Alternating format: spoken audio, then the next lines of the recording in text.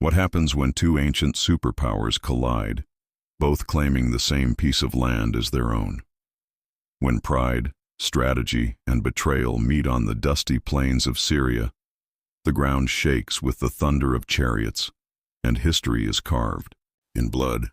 Welcome to the Battle of Kadesh, not just one of the oldest recorded battles in human history, but a war so dramatic both sides claimed they won. But the truth lies somewhere in the chaos. It's the year 1274 BCE.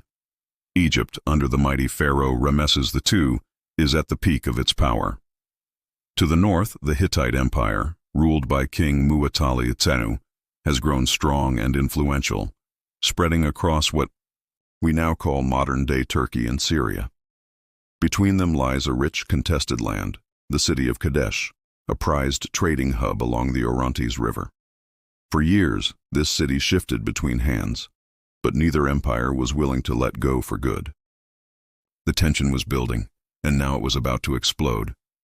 Ramesses, eager to expand his empire and secure his reputation as a godlike ruler, assembled a massive army, over 20,000 soldiers, divided into 4 divisions: Amun, Ra, Ta, and Set.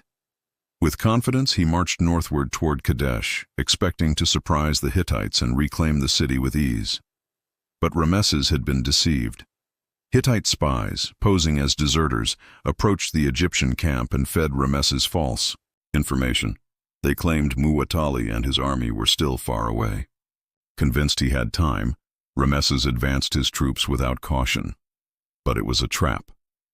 As the Egyptian divisions spread out, and Ramesses set up camp near Kadesh with only his Amun division, the full force of the Hittite army, over 30,000 strong, including 3,500 chariots, was waiting nearby, ready to strike.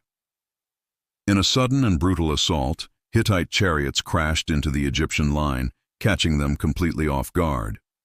The camp was in chaos. Soldiers scrambled, chariots burned, and death filled the air. For a moment, it seemed Egypt's pride was about to be crushed.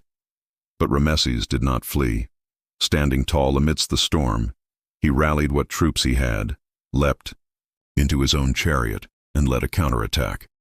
In his inscriptions, whether exaggerated or not, Ramesses claims he fought like a lion, surrounded by enemies, pushing them back with sheer will. But it wasn't just bravery that saved him. Just as the tide seemed hopeless, reinforcements from the Ta division and a surprise group of Egyptian allies, the Nearin, arrived. Their sudden charge stunned the Hittites and turned the tide. The battle that began with a trap now erupted into a brutal, drawn-out clash of steel, horses, and human endurance. By nightfall, the battlefield was soaked in blood. Chariots lay shattered. Thousands were dead, but neither side had gained the upper hand. Ramesses claimed victory in grand style back in Egypt, carving detailed battle scenes into the walls of temples like Abu Simbel and Luxor. Meanwhile, the Hittites also proclaimed they had stood their ground and defended their city. So who really won? The answer lies not in battlefield glory, but in diplomacy. Though Kadesh remained in Hittite hands, the war's outcome forced both empires to reconsider the cost of continued conflict.